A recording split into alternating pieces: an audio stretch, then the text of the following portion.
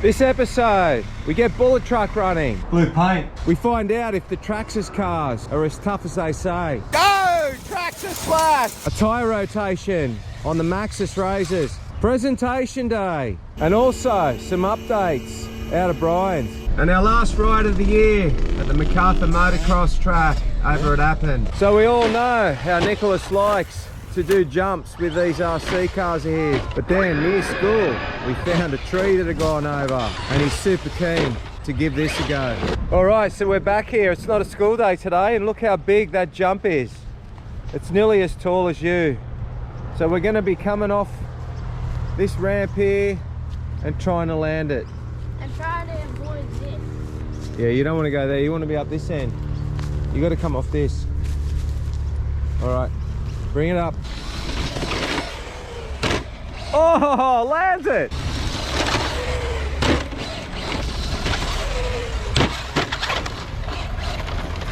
So the Slash lived to fight another day. So now it's Max's turn. This should be good.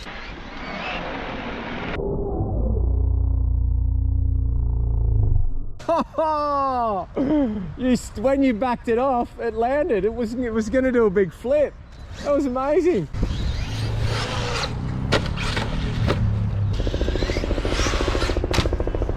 Well done. They're pretty bulletproof. Will it pull the trolley? Go! Traxxas Slash!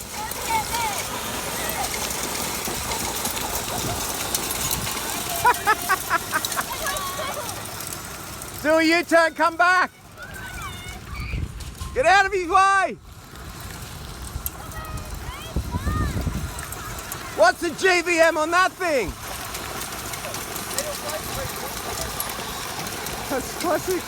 A tyre rotation on the Maxxis Razrs. We'll take the fronts off and put them on the rear, but we'll be putting the driver's front on the passenger rear, and the rears will just bring forward as they are. So the drivers stays the drivers, passenger stays the passenger. So these were fitted 3 years ago. Now she's done 20,000 Ks on them since. As we put the tyres on, when this just had almost 4,000 Ks on it. So we're probably a little bit overdue for a rotation. Now, because we don't have a hoist, the spare wheel comes into play here to help us out. Ugh. The rears, you see, they wear quite even. They're quite straight. The fronts tend to round off a bit. So the driver's front goes to passenger rear. So this one will go to the passenger front. Something I don't like the look of is all this surface rust on the housing and on the chassis. It's very strange because this vehicle has done bugger all beach work. We'll give it a good clean down. I've had a high pressure wash already. We did that yesterday, so all that water's dried. I mean, look at that recovery hook. I know that's a bolt-on item. Give it a hit with some rust guard epoxy enamel just to freshen it up.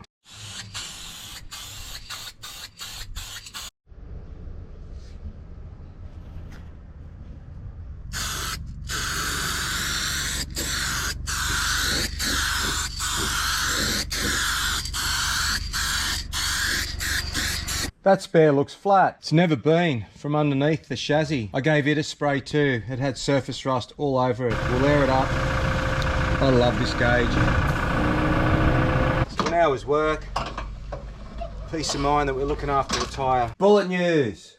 Brian started all the end bits now. Here he has the steer bump stops in place, ready to weld up. The machinist dropped off the drag link with the 23mm left-hand thread, so we can now use 80 series tie rod ends, both sides. He did, however, hit a snag. The 80 steer arms being longer, we need a much longer travel cylinder for the hydro assist. He finds a cylinder, but has to modify the gland nut and piston for extra travel. He also has to rework the hydro tie rod mount. Custom ends here for the new hydro cylinder. And the moment of truth, pressure testing time. And here we go.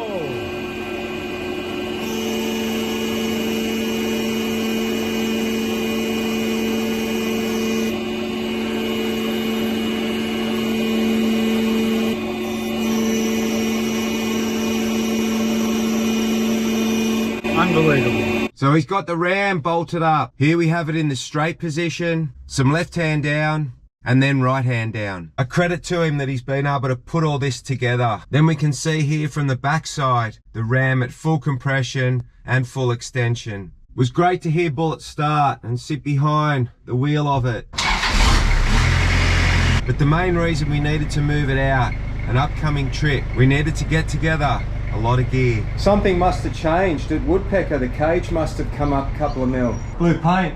So I like to blow up the rubber ducky prior to this trip, make sure there's no leaks, no problems. We don't want to have issues with it on the sea. I need to fish out the boat motor, the fuel tank, the oars, water containers, kayaks, you name it. There's a lot of stuff behind here that we'll be needing on the beach. Another step closer, the center's coming out of this housing. And with the biggest stud upgrade we did on the 80 housing, we'll be making these holes a bit bigger as well. Massive thanks to sponsors Roadrunner Offroad. Cameron and the boys down there have sent up this chromoly tie rod. So that's pretty much it material wise for us to get this ready and bolt it up under Bullet. Also a whole heap of stuff for the expander out of Camp Smart. Steve there, he sent us an anti-flap kit. We've got a couple of sides, a new water tank cover, new shower, just things to make our stay on the beach coming up just that little bit more comfortable. A center rafter there for the awning. We'll see all that when it's set up on the beach. The last ride of the year, and we go out to Appin. Wow.